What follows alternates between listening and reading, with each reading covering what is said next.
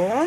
అప్పుడిప్పుడో 1687లో తానీషా కంచర్ల గోపన్న శ్రీరామదాస్ని రాముడి పేరుతో గుడి కట్టి కడదామంటూ డబ్బులు ఫండ్స్ రైజ్ చేద్దాం, నీకింత నాకింత అంటే ఒప్పుకోని వాడిని రోజుకో చిత్రహింసలు పెట్టడంతో అతడి రిలీజ్కి ఒక రామోజీ తన తానీషా కల్లోకి వచ్చిన డ్రామాతో ప్రారంభమైన కుట్ర ఇప్పుడు ఎంత రివర్స్ ఆర్డర్లో, ఎంత జనబాహుల్యంలోకి అడుగంట వచ్చేసిందంటే 50 కిలోమీటర్ల ప్రయాణం చేస్తే చాలు, కనీసం 3 చోట్ల డబ్బాలు పట్టుకొని కొత్త గుడి కడుతున్నాం, చందాలు ఇవ్వండి అని దారిలో వాహనాల్ని నిలేసే హిందువుల్ని చూస్తున్నాను.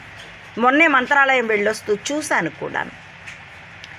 ధర్మ వ్యాపారులారా, చేయండి హిందూ ధర్మంతో వ్యాపారం.